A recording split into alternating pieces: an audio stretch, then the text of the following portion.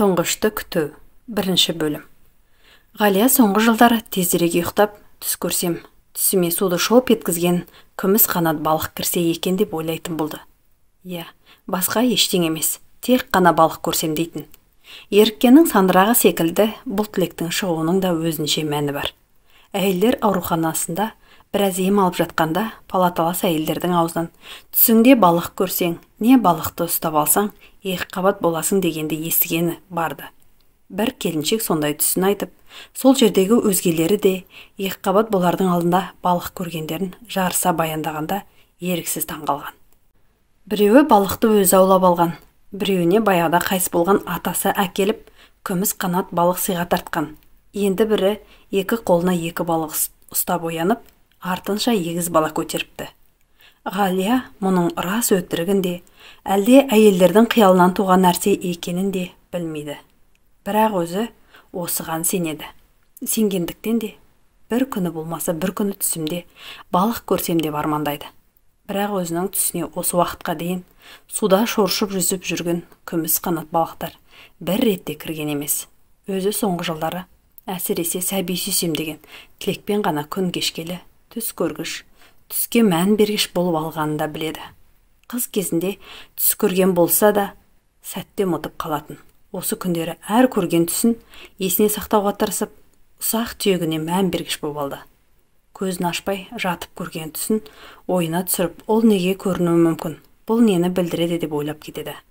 Соңғыда көрген түсі ұнамады. Бұрын соңды барып көрмеген бір ескі базардан балық сатып алыпты. Онысын үйге әкеліп қараса, балық дегені әлде бір жыртқыштың естеніп, бұзыла бастаған ет екен дейді. Қап қарамай алғанымды қарашы деп, өкініп жатып оянып кеткен. Бір айдан бері өзіне өзі келе алар емес. Өзіне өзі әлі келмейтін мойындағалы да 30 күн. Миының қуыс-қуысын тек сәби туралы ой жайлап алған.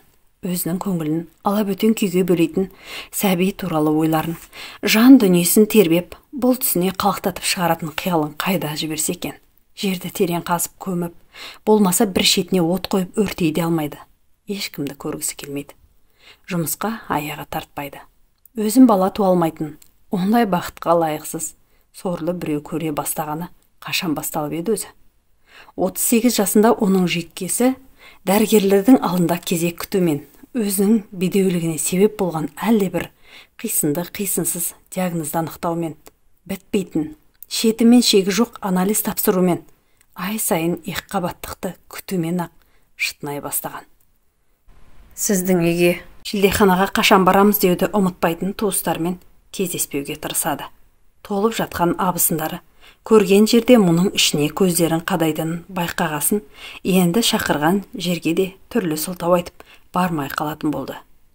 Көшеде балалар мама деп өз шешелеріне дауыстағанда, оның жүрегін біреу жұлып қалғандай болып, кім біледі, өзіме айтылған осы сөзді өмір бақи естімей кетуімді мүмкін-ау деген өзінің осы ойынан өзі үрейленетін. Көшеде екіқабат әйел көрсе күйеуіне, мен де осылай жүрсем ғой деп сыбырлаған өзі де байқамай қалатын. Бәрін қойшы, құрбылары да, жұмыстастар да өздерінің сәбилі болатын бұдан барынша жасырып бағатын болды. Құрбың болып қасында жүреді, сырын айтады. Соңғы алған көйлегін, күйеуі сыйлаған алқасын көрсетеді. Бірақ екіқабат екенін жасырады. Сонда бұл ішін әлде бір өкініші жидетіп, өз мұңы өзінде томаға тұйық қалатын. Тұрмысқа шыққанына 11 жылдан асқанда жасанды жолмен екіқабат болу туралы хабарға елең етті. Бір әйел ұзақ жыл бала көтермей жүріп, осы клиникаға келгелі аяғы ауырлапты. Қазір 7 айлық баласы бар. Адам құлақтан азып, көңілден семіреді деген келіншек сәт арасында жүзіне арай жүгіріп, аты дардай клиникаға келіп қабылдауға жазылғанда, өзін алда әлде бір ғажайып күтіп тұрғандай сезімде болғанын қайдан ұмытсын. Адам көңілі әлденеден қатты үміттеніп, өзінен өзі лекілдеп тұрғанда, бәрі оңай көріне ме?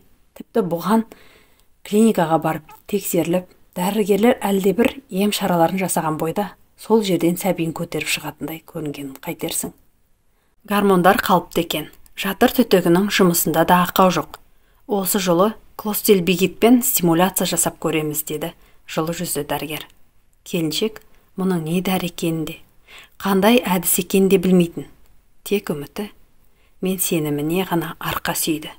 Тап қазір дәрігердің айтқаны ең бір сәтті шешім көрінді. 11 жылдан соң өзінің осы жерге келгені тегін емес-ау.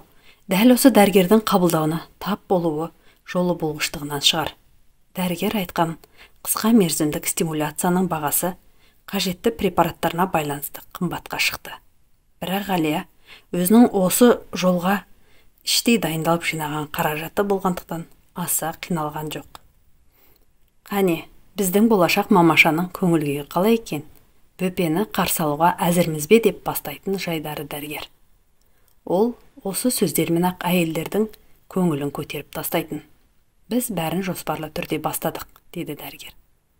9 жасушаның пункциясының нәтижесінде біреуі ғана жарамсыз болып, өзгелері эмбриологқа берілді. Бұл тамаша нәтиже, деді екінші күні. Эмбриолог ол жасушаның 4-еуіне эко әдісін, 4-еуіне икси әдісін қолданып көрмекші.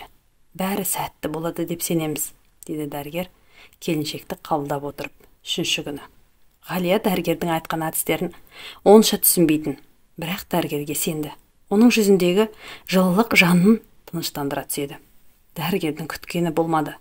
Барлық жұмыртқа жасушалары ұрықтанғанымен, ол мөлшерден тыс көп болғандықтан, келіншектің жұмыртқа жасушасы жарылып кетті. Өзі қатты қиналып қалды. Уайымдама жаным. Бірінші ретте көбінде осылай болады екен. Кейде ағза сондай реакция береді, дейді. Мұны дәрігер маған түсіндірді. Сен жылама, бәрі жақсы болады деп жұбатты күйеуі Ғалияны. Күйеуі жұбатқан сайын Ғалия егіле берді. Алғашқы эко сәтсіз болғаннан кейінгі телефон шалғандарға жауап бермеді. 1 жылдан соң клиникаға тағы келді. Келіншек бұл жолы қорқып, іштей қобалжығаны сондай, әр нәрседен секем алғыш боп алған. Бұл жолы дәрігері көп сөйлемейтін адам екен. Бұл тіпті Ғалияға ұнай бастады. Өзім түсінбейтін нәрсені сұрап мазасын алудың қажеті қанша деп ойлағаны да бар.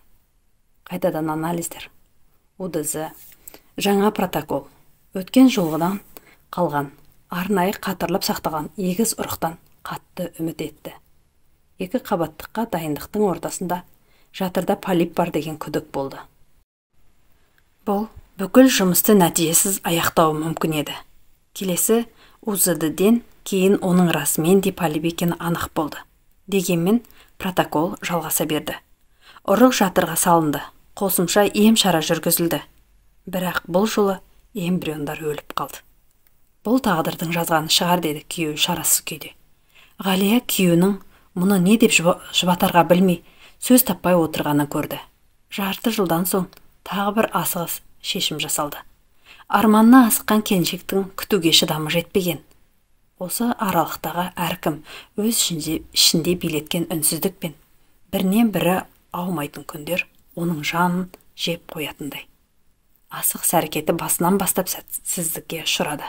Шынына келгенде, Ғалия кезекті криптопротоколға миымен де, денсаулығымен де дайын емес еді. Оның жүйкесі жұқарған. Кез келген нәрсені көңіліне алғыш, кез келген нәрсеге көз жасы дайын. Өп еткен желден суық тигіш, тез шаршағыш, күйгелік болып кетті.